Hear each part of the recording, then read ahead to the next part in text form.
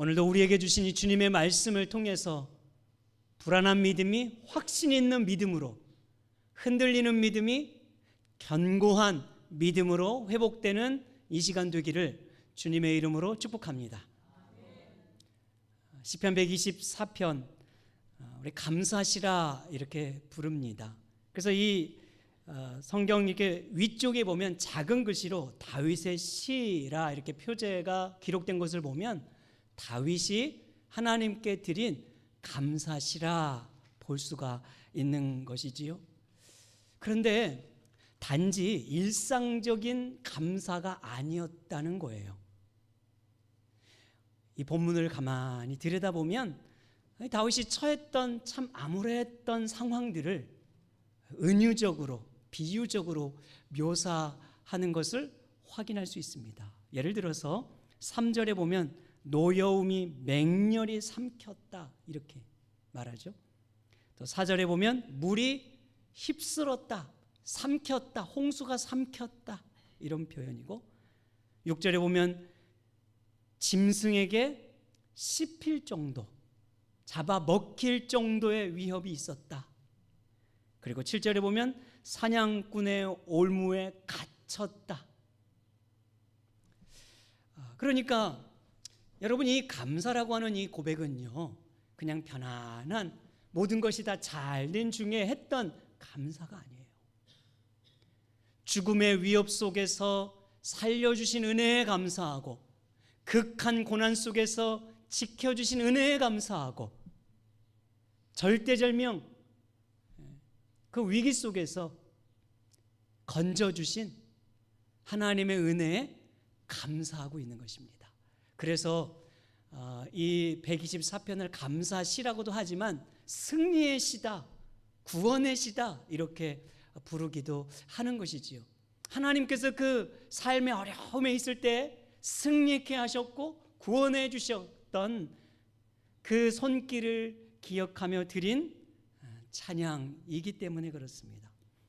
삶에 지쳐있는 순례자들이 성전에 올라와서 하나님께서 그들의 인생에 베푸셨던 은혜를 기억하고 회상하고 되새기며 주님 앞에 부르던 찬양이 바로 본문의 말씀이에요. 여러분, 이 본문에 보면 주어가 다 복수입니다. 우리, 끝절까지 다 우리예요. 우리에게, 우리를, 그런 걸 보면 이 시는요, 개인적인 고백을 뛰어넘어서 공동체로 함께 모여서 드린 고백이었던 것 같아요. 지금 오늘 우리처럼 여러분 오늘 아침에 예배 드리는데 얼마나 좋았어요. 얼마나 교회 가는 게 좋았습니까? 여기서는 아멘이 이렇게 좀 크게 나와야 저도 힘이 나는데, 오늘 아주 기쁜 발걸음으로 교회에 오신 거 맞지요? 예. 그렇게 여러분 우리가 오늘도 교회 가지, 오늘 또 무슨 말씀일까, 성도들과 얼마나 또 즐거울까, 이런 마음으로 와서 모여서 우리가 예배 드리듯이 이 구약의 성도들도, 믿음의 선배들도 그렇게 함께 모여서 주님 앞에 그 신앙을 고백했던 시라고 말할 수가 있는 거예요. 성전에 올라와 하나님 앞에 다시 은혜를 되새기고 다시 힘을 얻고 소망을 품는 시간. 제가 이 다시 은혜를 되새긴다, 다시 소망을 품는다 이 말씀을 이렇게 묵상할 때 문득 떠오르던 이야기가 있습니다. 여러분은 어느 한 탈북자가 음식을 만드는 프로그램에 참여를 했다고 해요. 한국에서, 한국 프로그램에. 그 프로그램에 어떻게든 결승전으로 진출하고 싶어서 정말 혼신을 다해서, 열심을 다해서 음식을 만들었는데 결국 예선에서 탈락하게 됩니다. 모든 것을 잃은 것처럼 그냥 다 풀이 죽어 앉아 있어요. 그런데 갑자기 주최 측에서 오더니 이렇게 말합니다. 패자부활전이 한 번 더 있으니까 준비하고 있으라고. 그 이야기를 듣는 순간 이 탈북자가 복받쳐서 통곡하며 울더라는 거예요. 흐느끼며 울더라는 겁니다. 갑자기 방송국 프로그램 진행자들 옆에 있는 사람들이 그 모습을 보고 당황한 거예요.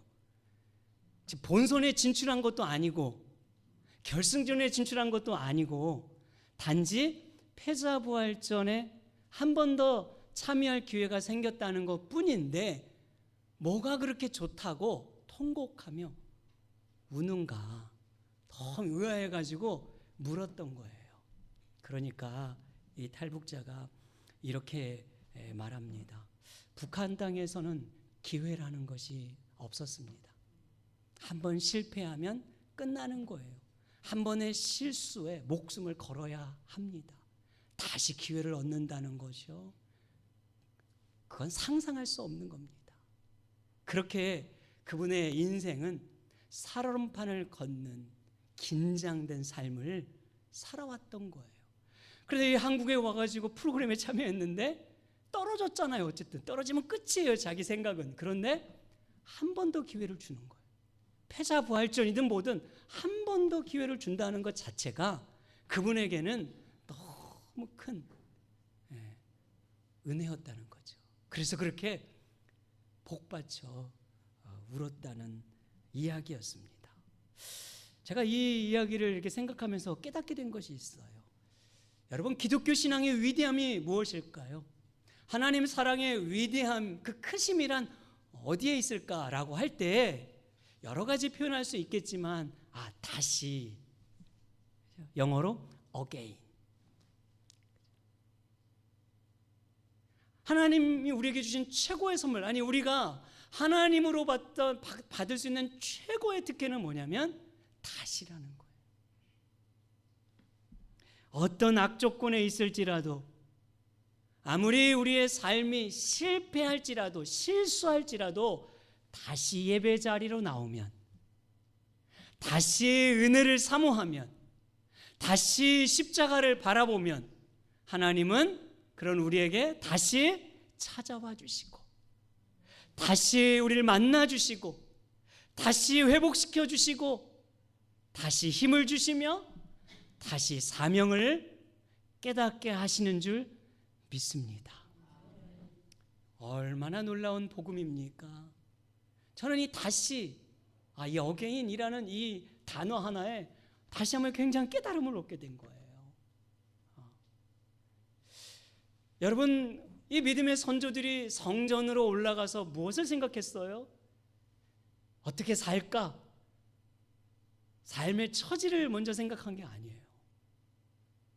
그들의 삶도 지금 우리보다 더 팍팍했지만 항상 그 성전에 올라와 하나님이 베푸신 은혜를 생각했다는 거예요. 다시 그 은혜를 되새길 때 여전히 주님은 우리 인생에 오셔서 만나 주셨고 말씀해 주셨고 소망을 주셨다는 겁니다.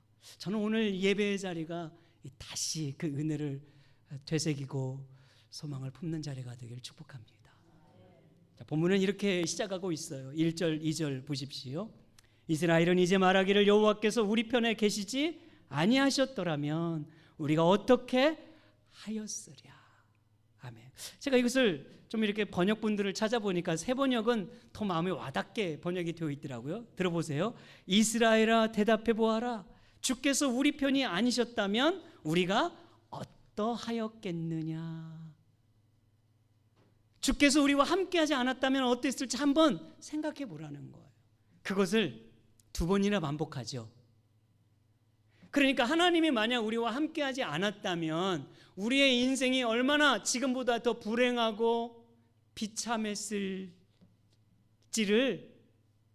각인시키고 있는 표현 아니겠습니까? 그러면서 주와 함께 하지 않았다면 어떤 결과를 초래했을지를요, 이제 2절과 5절에서 언급하고 있습니다. 자, 여러분 2절 보십시오. 사람들이 우리를 치러 일어날 때에 여호와께서 우리 편에 계시지 아니하셨더라면. 자, 사람들이, 이것은 분명 원수들, 대적자들, 괴롭히고 죽이려 하는 자들을 말하지요. 그들이 우리를 이렇게 죽이려 할 때 주님이 우리와 함께하지 않았다면 이미 삼켜졌을 것이다, 잡아먹혔을 것이다. 이걸 3번이나 반복하잖아요. 삼켜진 인생이다, 삼켜졌다. 그런데 그 상황을 3절과 이어지는 4절과 5절에 보면요, 불에 타고 물에 휩쓸리는 것으로 비유합니다. 여러분 보세요. 3절에 보면 이렇게 말해요. 그때 그들의 노여움이 우리에게 맹렬하여 우리를 산채로 삼켰을 것이며, 이렇게 말하는데, 사실 이 표현은 그들의 분노가 맹렬하여 불처럼 타올라서 이런 의미예요. 분노가 불처럼 타올라서 우리를 다 태웠을 것이다, 이 말이에요. 불로 비유하죠. 4절과 5절에 보면 물이라는 표현이 계속 나옵니다. 물이 휩쓸고 시내가 우리 영혼을 삼키고 넘치는 물이 삼켰다, 이렇게 말하죠. 한마디로 말하면 홍수를 말하는 거예요. 넘치는 물은 홍수. 그러니까 물이 점점 불어나서 덮치고 휩쓸려 가는 것을 지금 보여주는 거거든요. 자기 인생이 그랬다는 거예요. 그러니까 산불이 지나면 그 자리가 다 잿더미가 되잖아요. 우리 여기 캘리포니아에서 종종 보지 않습니까? 또 뭐 홍수 보십시오. 미국에 얼마나 많이 그런 일이 있어요. 홍수 한번 지나가면요, 집이든 차든 사람이든 다 휩쓸려 내려가잖아요. 또 내려가거든요. 그렇게 불에 타고 물에 쓸려가는 것처럼 자신의 그 참혹하고 암울하고 두려움에 떨었던 환경을 비유적으로 말하고 있는 거예요. 여러분, 다윗의 고백이라고 했죠. 다윗의 인생은 극한 고난의 연속 아닙니까? 우리처럼 평온한 삶을 살지를 못했습니다. 파란만장한 삶이었죠. 억울한 누명을 쓰고 가족을 떠나 도망해야 했잖아요. 동굴을 전전하며 살아야 했잖아요. 광기에 들린 그 사울 왕으로부터 늘 피해 다녀야 했어요. 그가 보낸 군인들에게 잡히지 않으려고 그렇게 여러분 살얼음판을 걷는 인생을 살았던 사람입니다. 이스라엘에서는 목숨이 부지하게 어렵다 생각해서 이방 나라까지 가요. 몸을 피하기 위해. 그런데 그곳에서 발각이 되잖아요. 정말 죽을 뻔한 위기가 있을 때 미친 채 합니다. 침을 질질 흘리면서 미친 채 해가지고 간신히 목숨을 부지하게도 하죠. 다윗의 인생은 여러분 말 그대로 불에 타고 물에 홍수에 휩쓸려가는 인생이었어요. 그가 선택한 삶이 분명 아니었습니다. 그는 어릴 적부터 하나님을 성실하게 경외한 것 외에 없어요. 그잖아요. 하나님을 잘 믿고 섬기는 거에 없었습니다. 그의 결과는 너무나 참혹했고 비참했어요. 그의 삶을 비슷하게 고백한 말씀이 사무엘하 22장 5절과 6절인데, 그 말씀 보면은 이렇게 자기의 인생을 뭐라고 말하냐면, 죽음의 물결이 애우고 파멸의 파도가 나를 두렵게 하고 수월의 줄, 이것은 한마디로 지옥의 유황불과 같은 표현이에요. 그렇게 불에 타고 죽음의 덫이 자기를 늘 에워싸고 있는 인생이었다고 고백합니다. 생각만 해보세요, 여러분. 얼마나 그 삶이 정말 힘들고 괴로운 삶이었을지를. 그런 인생을 살았던 다윗은 결국 그의 처한 인생과는 너무나 다르게 하나님께 인정받고 하나님 마음에 합한 자가 되고 통일한국을 이루는 위대한 왕이 되었다는 것이지요. 여러분, 어떻게 그런 하나님께 인정받는 삶이 되었을까? 성경을 제가 이렇게 찾다가요, 시편 118편의 고백이 있더라고요. 여러분, 시편 118편 6절에서 7절 말씀을 같이 읽어보겠습니다. 시작. 여호와는 내 편이시라 내가 두려워하지 아니하리니 사람이 내게 어찌할까? 여호와께서 내 편이 되사 나를 돕는 자들 중에 계시니 그러므로 나를 미워하는 자들에게 보응하시는 것을 내가 보리로다. 아멘. 여기 보면 다윗은 여호와가 항상 누구 편이라고요? 내 편이라. 내 편이라. 주님이 내 편이 계심을 믿기에 두려워하지 않았다 이렇게 말했어요. 근데 여러분 이 표현을 오해하면 안 돼요. 다윗은 그럼 한순간도 두려워했던 적이 없었을까요? 우리가 이미 살펴봤듯이 다윗의 인생은 두려움 투성이었어요. 예? 그냥 힘든 일을 문제없이 헤쳐나간 게 아니라 그도 지치고 불평, 분노로 가득하고 외롭고 힘들고 하나님의 그 신앙을 의심할 때도 있었고 원망할 때도 있었단 말이에요. 그런데 그럼에도 불구하고 그 모든 것을 궁극적으로 이겨낼 수 있었던 힘은 여호와께서 내 편에 계시다는 이 믿음을 붙들고 있었기 때문입니다. 여호와께서 내 편이 되어서 나를 도와주신다는 분, 그 모든 상황 속에서 나를 붙드시고 나를 이끄시고 나와 함께 하시고 나를 도와주시는 분이라는 이 믿음을 붙들고 있었기 때문이에요. 여러분, 하나님이 우리와 함께 하시면 그래서 두려워할 것이 없는 겁니다. 때론 사방이 우겨싸움을 당해도, 때론 답답한 일을 만나도, 때론 누군가 우리를 막 힘들게 하고 주눅들게 하고 우리의 마음을 압박해도 결국 이길 수 있는 것, 그럼에도 이겨낼 수 있는 것은 여러분 주님이 우리와 함께 하시기 때문인 줄 믿습니다. 이게 사도 바울의 신앙 고백이기도 해요. 하나님이 내 편에 계시지 않은 적이 한 번도 없었습니다. 아니 계신 것처럼 느끼는 것뿐이죠. 여러분, 요즘에 캘리포니아 날씨가 참 이상합니다. 오늘도 그랬지만 오전에는요 구름이 잔뜩 꼈잖아요. 비도 조금 아침에 내리고.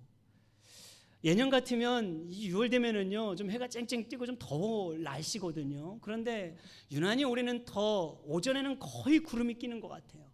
그리고 이제 오후가 돼서야 서서히 구름이 걷히고 해가 이제 좀 비쳐오는 그런 날씨죠. 구름이 꼈다고 해가 없는 것은 아니었어요. 잠시 구름에 가려져 있었을 뿐입니다. 해가 보이지 않는다고 해가 존재하지 않는 건 아니라는 말이에요. 여러분, 구름이 지나고 나면 여전히 해는 그 자리에 있고 비춥니다. 하나님의 존재도 동일해요. 하나님은 늘 그 자리에 계셨어요.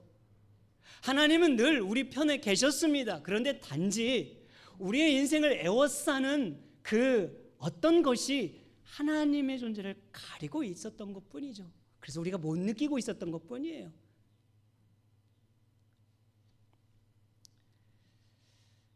그런데 시간이 조금 더 지나면 그분의 존재가 여전히 그곳에 계셨구나, 여전히 나와 함께 하셨구나 깨닫게 되는 것입니다.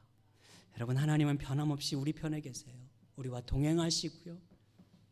하나님은 택하여 부르신 자를 결단코 버리지 아니하리라, 떠나지 아니하리라 말씀하셨음을 믿으시기 바랍니다. 하나님은 우리를 이끌어 가시는데 정말 힘들어? 그래, 괜찮아. 그럼 내가 너 등에 업고 갈게. 내 품에 안고 갈게. 네 인생의 발자국이라고 하는 것이 하나밖에 보이지 않을지라도 그건 너의 발자국이 아니라 나의 발자국이라는 걸 기억해야 한다. 하나님은 언제까지 그렇게 우리를 이끌어 가시는가? 세상 끝까지요. 주님이 말씀하시잖아요. 내가 끝까지 사랑하리라.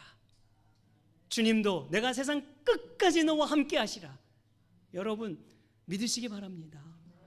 문제는 하나님이 나와 함께 하시지 않는 게 문제가 아니고 그 하나님의 함께 하심을 의심하고 믿지 못하는 나에게. 여러분, 손을 이렇게 여기 얹어 보세요. 문제는 나구나. 내가 문제야. 그래요. 주님은 문제가 없어요.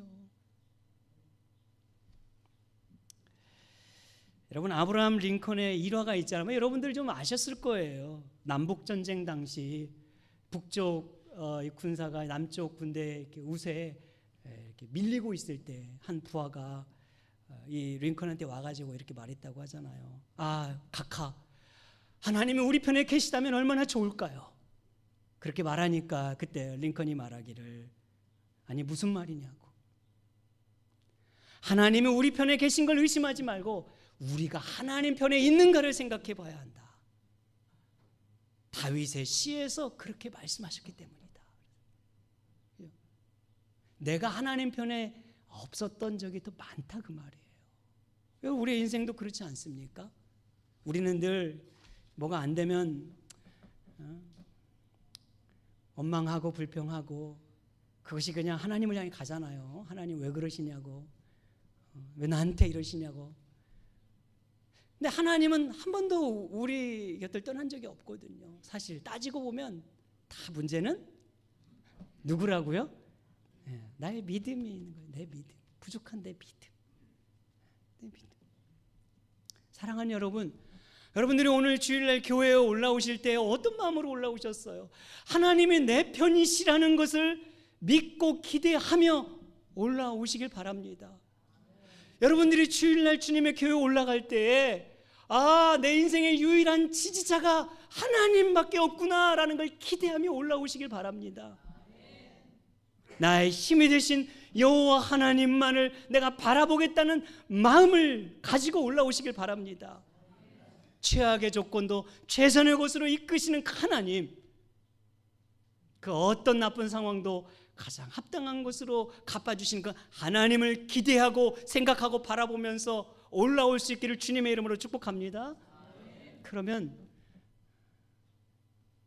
그때마다 주님 주신 은혜가 있어요. 깨닫게 하심이 있는 거예요. 내가 몸 피곤해도 잘 왔지. 오늘 그냥 안 왔으면 어쩔 뻔했어. 잘 왔다. 그래, 그치. 은혜 아니면 안 되지. 하나님 앞에 그렇게 다시 한번 힘을 얻고 여러분 소망을 품게 될 줄 믿습니다. 이렇게 하나님의 은혜를 기억하면 결국 찬송이 터져 나옵니다. 자, 이어지는 6절 말씀이에요. 6절 보십시오. 우리를 내주어 그들의 이에 씹히지 아니하게 하신 여호와를 찬송할지로다 그랬어요. 찬송하게 된다는 거예요. 은혜를 되새기면. 그런데 보세요, 현실은 그대로예요. 씹히지 아니하게 하신 이 말은요, 짐승에게 잡아먹히지 않도록 하셨다는 거니까, 이 말은 뒤집어 보면 짐승에게 잡아먹힐 그 직전까지 놓여진 불안하고 두렵고 절망적인 상황에 놓여져 있었다는 거예요. 여전히 우리의 삶은 변화된 게 없어요. 문제는 그대로라는 말이죠. 그럼에도 불구하고 하나님이 내 편에 계시다는 걸 생각하고 되새기고 확신할 수 있다면 뭐가 터져 나온다고요? 찬송이 터져 나오고 감사가 터져 나온 줄 믿습니다. 특히 사냥꾼의 올무에서 벗어난 새처럼 자유와 구원을 주신 하나님께 감사하고 찬양한다 이렇게 말해요. 7절 보십시오. 우리의 영혼이 사냥꾼의 올무에서 벗어난 새 같이 되었나니 올무가 끊어짐으로 우리가 벗어났도다. 아멘. 여러분, 창공을 나르는 새가요, 이렇게 나무를 이렇게 먹이를 하여튼 찾으러 다니다가 사냥꾼의 놓인 올무에 갇혔다고 생각해 보세요. 그러면 이제 죽은 목숨이에요. 스스로 벗어날 수 없습니다. 그물에 한번 갇히면 못 벗어나요. 그런데 누군가가, 어떤 사람이 우연히 그곳을 지나다가 그 올무에 갇힌 새를 보고 그물을 찢어서 아유 불쌍해라, 너 왜 이러고 있니, 아유 가엾어라, 그물을 찢어서 집으로 가져가서 먹을 생각하지 않고, 옳거니 웬 양식이야 이렇게 생각하지 않고 날려보내줬다면, 새 입장에서 생각해 보세요. 새 입장에서는 구사일생이죠. 이걸 기적이라고 하는 거예요. 이걸 기적 중에 기적이라고 하는 거란 말이에요. 그렇잖아요. 근데 여러분 보세요. 오늘 이 표현, 그물이 어떻게 됐다고요? 끊어짐으로 이렇게 표현하거든요. 끊어짐으로. 이 끊어졌다는 말이요, 수동태입니다. 누군가 끊어줬다 이런 말이에요. 우리가 끄는 것이 아니에요. 누군가가 끊어줬어요. 그래서 성경을 보니까 항상 이 수동태를 쓸 때는 하나님과 연관되어 사용할 때가 참 많아요. 나는 할 수 없는데 누가? 하나님이 대신 끊어줬다. 하나님이 나를 건져주셨다. 그래서 이걸 신적 수동태라, 하나님이 하신 일이라 이런 말이에요. 하나님이 하셨다. 여러분, 우리의 인생에서 그럼 가장 기적 중의 기적이 뭘까요? 어떤 거예요? 다른 게 아니더라고요. 죄의 사슬을 끊어주신 거.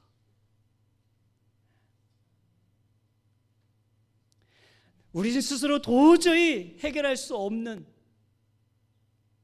우리 스스로는 도저히 불가능한 1%의 가능성도 없는 무능력한 자인데, 그런 우리를 위하여 찾아오시고 은혜를 베푸사 친히 예수 그리스도를 보내주시고 십자가에 달려 죽게 하사 죄의 사슬을 끊어주신 것, 어둠의 사슬을 끊어주신 것, 사단의 사슬을 끊어주신 것, 저주와 그 죄의 속박으로부터 자유와 구원을 주신 것이야말로 기적 중의 기적인 줄 믿으시기 바랍니다. 그래서 여러분, 우리 인생의 가장 큰 기적은요, 우리가 이 자리에 있다는 것 아니겠습니까? 나 같은 자에게도 은혜를 베풀어 주신 하나님의 구원.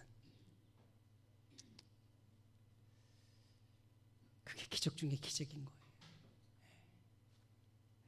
여러분, 저주받을 인생에서 축복의 인생으로 바꿔주시고, 심판의 인생에서 영생의 인생으로 바꿔주시고, 지옥 가는 인생에서 천국에 가는, 천국의 상속자의 인생으로 바꿔주셨으니 얼마나 큰 기적입니까? 인생은 짧죠. 80 혹은 100살, 물론 우리 편에서는 그것도 길고 장수하다 느껴지지만, 하나님의 영원한 나라에서 우리 인생은요 다 점과 같습니다. 여러분, 40이든 60이든 80이든 100이든 하나님의 영원함에서 비춰보면 점이에요. 다 점, 똑같아요. 다 똑같습니다. 그래서 인생을 아침 이슬과 같다고 그랬어요. 잠깐 왔다 사라지는 게 인생이라고 그랬어요.